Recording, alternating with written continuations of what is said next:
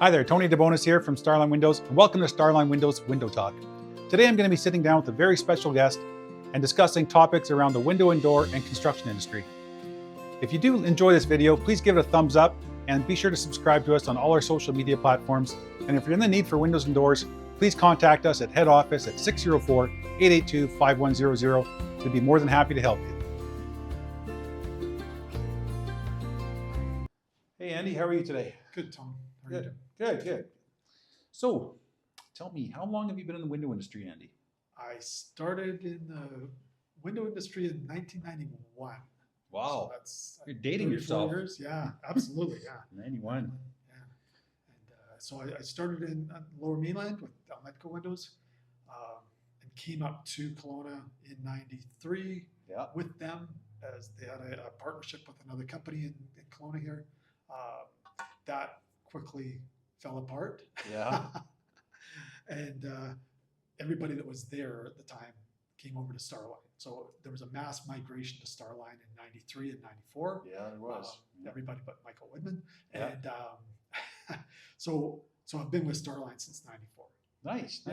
And what has your role primarily been all these years? A lot of new construction to start with, but it kind of morphed into dealers in '98. Yeah.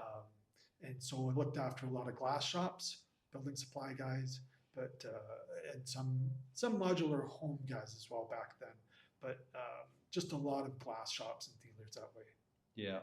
And what do we, in your opinion, what do we excel at, like with your customers? Why would they, why do they love dealing with Starline and with Andy? Well, at that time, to get those customers, because those were all new customers at the time to Starline. So we just offered something like on-time delivery, good quality service that people could rely on. Because, when you go in to meet a new customer, you really want to find out what their pain is, right? Yeah. Otherwise they just kind of keep dealing with the same guys all the time. Yeah. But you just want to find out what they're looking for. And sometimes they'll tell you and sometimes they won't, but you can, in discussions with them, you can find it out. And so what Starline was able to offer is just good stability, good pricing, but on-time delivery and somebody that is going to be available. So my thing was not so much driving out and visiting everybody every week or every 2 weeks, say into the Kootenays or into the Caribou, but just being available. They phoned, they could get me. Yeah. And I think that meant a lot to a lot of those people. So that level of service, in your opinion, sets us apart. Absolutely. It was good at the time, and we had backup here. If I was gone, somebody was there to answer questions. People just really want to know that they're being looked after. And you hear stories of their pain is that they can't ever get an answer. They can't get a hold of their salesman. They can't get somebody. So good point. So it seemed to work at the time, and some of those customers are still with me today. Begbie Glass, Okanagan Glass. Those guys were all started up in '98. Wonderful. That's wonderful. And what kind of products set us apart? We have such a wide range of products. We have, our entry-level sliders, double glazed, which is a great window, by the way, right up to our lift and slide doors or 30 compression stuff. Doors. So it's whatever the customer wants. They can get. And now with the triple glazing kind of being mandated, our 7100 series is a great window. So it's a really good window. We build it on time. We get it out there. Service to me is how we stand apart from everybody else. And again, it's just anecdotal, but you hear from other customers how they just have nightmares with service. I don't think that people are out there talking about Starline that way. I think that everybody appreciates what we're doing because they tell me that. What we're doing here at this branch and within the company is really good. What about triple glaze? You mentioned triple glaze. Do you see an uptake in more triple glaze units going out there now compared to maybe 5 years ago, 10 years ago? Well, they'll have to be with the step code, and the step code is going to dictate that. Casements triple glazed, but again, it adds costs onto the product. So or the end product, the end home. So if the contractor doesn't need that, a double glazed slider with low E is a great window too. It operates nicely. And again, when I was out, showing that product to people and seeing what they had from, sort of to other glass shops. Yeah. And I would see the product that maybe they were dealing with, or that somebody was trying to sell them.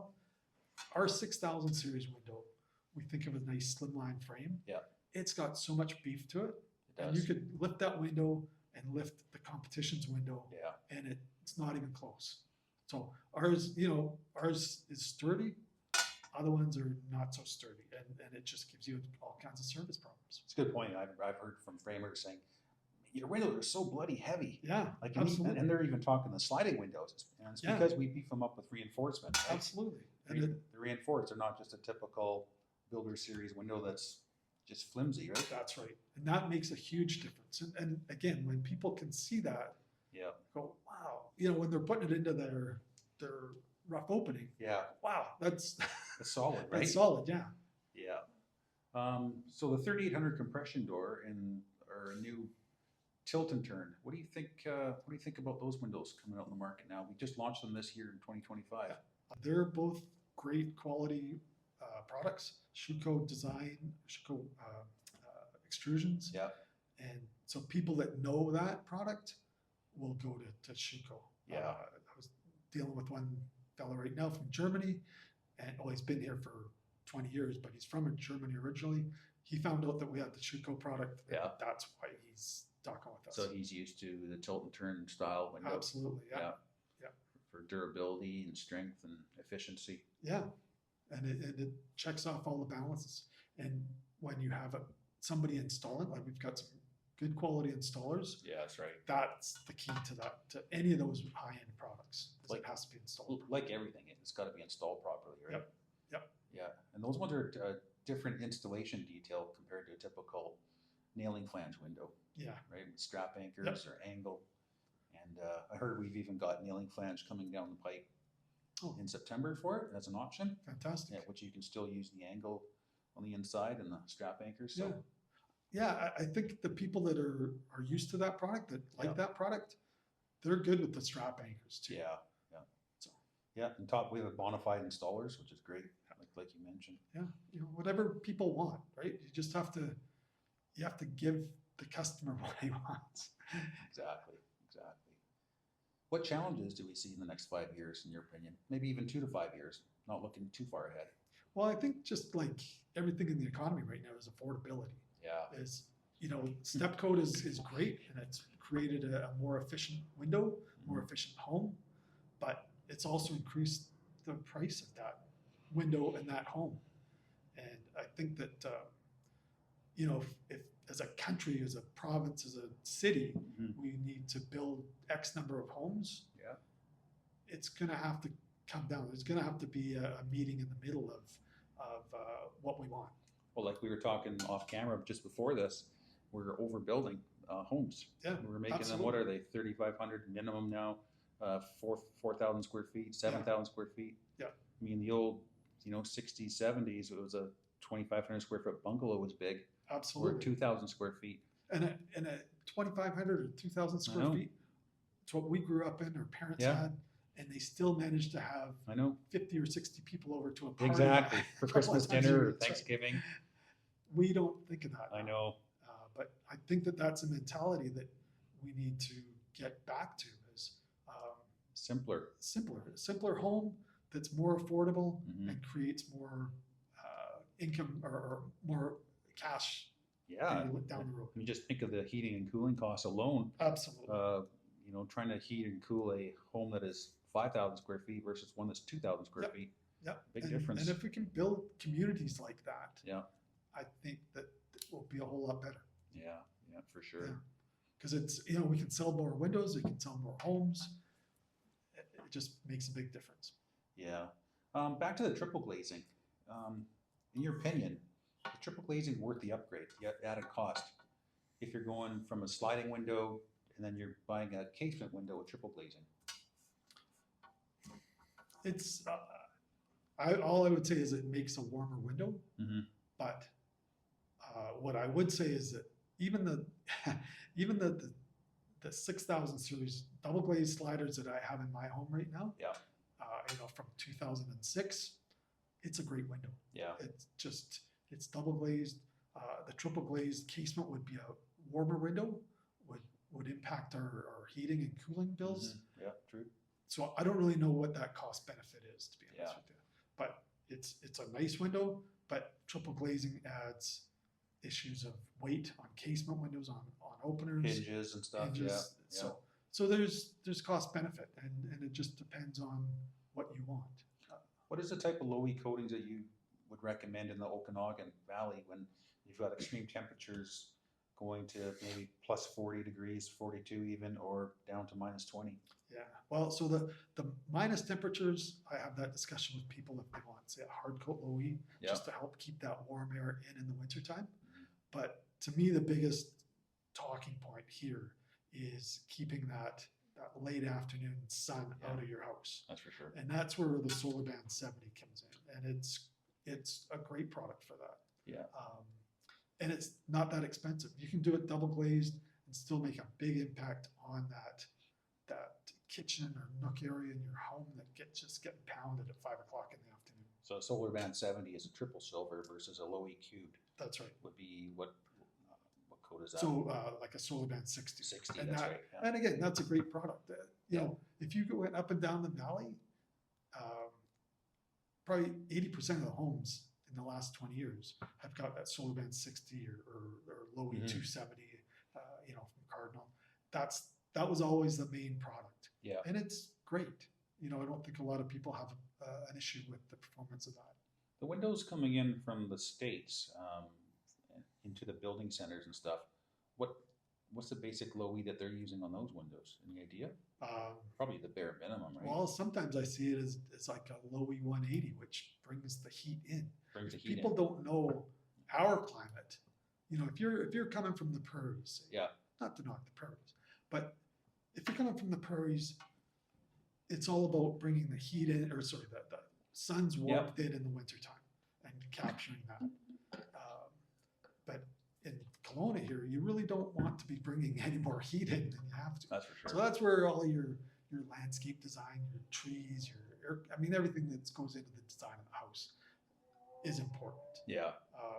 But yeah, some of the windows coming in, and I see on other quotes, and it's low E 180, and I think that's bare bones. You're just going to be boiling. You're cooking, right? Yeah. And there's lots of consumers out there that just go to those building centers to buy these products, and they may be less costly. That's right. For a local, to a local BC compared to a local BC owned and operated company like Starline and some others. But that's where you really just need to, when you're talking with the customer to start with, you have to kind of read the room. Where is he coming from? What does he want to know? Is he driving the conversation? Like, does he know exactly what he wants? Yeah. Or is he coming to us That's right. for information? And so, you just kind of build the trust with them. That's why the consumers, when they come see us in the showroom or they contact you, they're looking for our expertise. Yeah. Right? Yeah.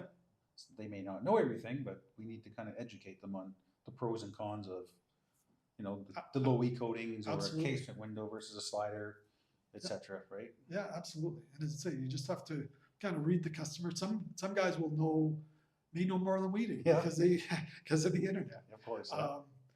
But others are looking to be led, and if they're not, like if you've got a customer that just wants to lead, then you can try and help them out. But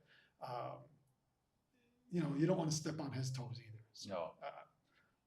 So, but you're showing a sincere interest in absolutely dealing with them, right? Well, that's the whole idea. Right? Respecting their knowledge and their ingenuity, right? Yep. It's having integrity. Integrity is the key. Yeah.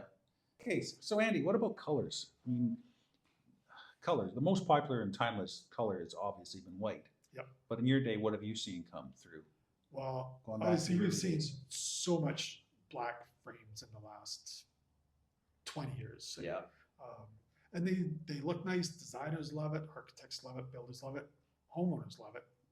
But is there a but coming? There's a but coming, and it causes issues. Yeah. Black attracts heat. We've talked about this before. It doesn't matter whether it's a window frame, siding, black sweater, whatever it is. Vehicle, right? Yeah, it just brings in the heat. And too much heat on a vinyl product or on anything can cause issues. Yeah. Can cause potential issues. And so you just have to be careful of that.